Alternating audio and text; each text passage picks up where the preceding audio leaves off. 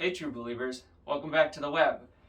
So today I wanted to talk about the new-ish Spider-Man Fake Red manga that just came out a few days ago, or maybe like a week ago at most.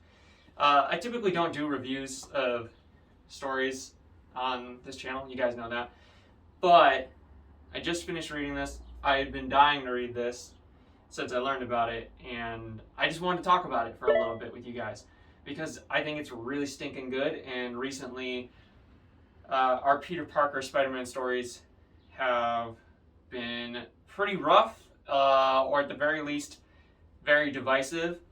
And for me, I couldn't put this down once I started reading it. It really is. It's genuinely fantastic. If you're like me and you grew up on the '94 animated series, then chances are you really enjoyed the crossover or the finale with all the different Spider people. And if you're like me, you also really enjoyed the fact that there was just an actor Spider-Man there as a part of the team. For me, I really loved that character because for me as a kid, it kind of reinforced this idea that in some capacity, I could one day be Spider-Man. I didn't have to be Peter Parker to be Spider-Man, which was nice. And this story, this manga, this book, for me, kind of gave me those same feelings that I had as a kid, because our main character isn't Peter Parker. It's a character named Yu, who finds Spider-Man's costume just in an alley one day and decides to take it home because he, like a lot of us Spider-Man cosplayers, he's a mega fan of Spider-Man. He is his favorite hero. He adores him. So he finds this costume, he takes it home, and then upon examining it, discovers that it is not a cosplay costume and it is actually Spider-Man's costume. So the premise of this book is that Yu is sort of trying to figure out how to get Spider-Man his costume back and where has Spider-Man gone. Because in this book, Spider-Man has disappeared. But with great power comes great responsibility, and you can't just ignore when something bad happens. So he ends up taking over for Peter Parker while he's gone and doing his best to be Spider-Man.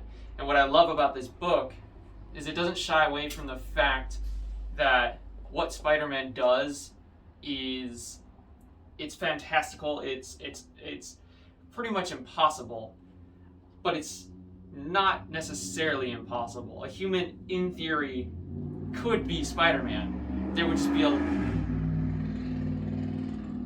Dude. Anyways, a person could, in theory, be Spider-Man, and that's kind of what this book touches on, and it shows sort of the pitfalls and the things that a regular person would have to overcome in order to be Spider-Man. They couldn't just put on the suit and figure it out, and it's really great because I feel like the easier method would have just have been to have somebody kind of put on the suit and figure out the web swinging and not have much of a problem with it necessarily. We've kind of seen people in the past, other heroes in the 616 take the mantle who aren't as sort of capable as Peter, pretty convincingly fake it. And so it was nice to see this person who's just like everybody else, with maybe who's mediocre at rock climbing, sort of take over this mantle because there has to be a Spider-Man and he can't just ignore when something bad happens.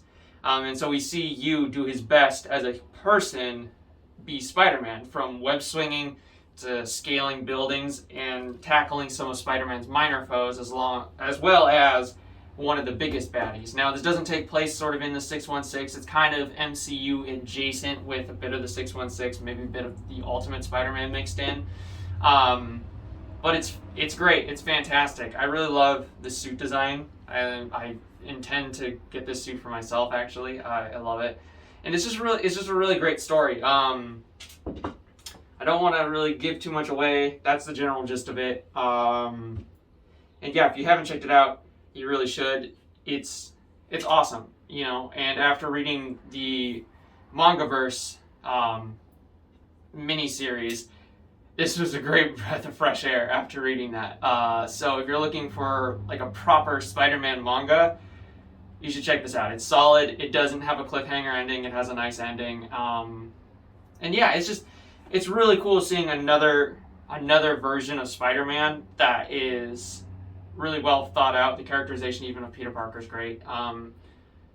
Yeah, and you see a few familiar faces, and they're all used in very clever and interesting sort of ways. And it's great getting to see how you is going to solve a Spider-Man problem as your everyday average Joe, and it kind of makes you really think about like the human spirit and sort of how extraordinary just regular people can be, which is nice to see. So it is one of those things. It's just a really cool book, and I really love how it reinforces the idea that anybody can wear the mask.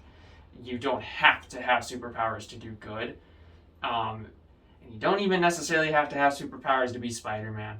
So that's it. I just wanted to sort of talk about this book with you guys for a little bit. And I honestly, genuinely can't recommend it enough. It's about $15, or if you go to Walmart, you can get it for about $12. I got mine for 15, but I saw it at Walmart for like 12. If you're a huge Spider-Man fan and you don't love what's going on in the 616 right now, maybe check this out. It genuinely is super fantastic. And if you're a manga fan too, definitely get it. The artwork is absolutely stunning. The artwork's immaculate. The character designs are really cool. So yeah, cannot recommend it enough. And that's it. So yeah, can't recommend it enough. If you haven't checked it out, it's also on Amazon Kindle for a couple bucks. So yeah, absolutely cannot recommend it enough. It's so good. So yeah, that's it. That's the video. That's all I got for you guys. See you in the next video.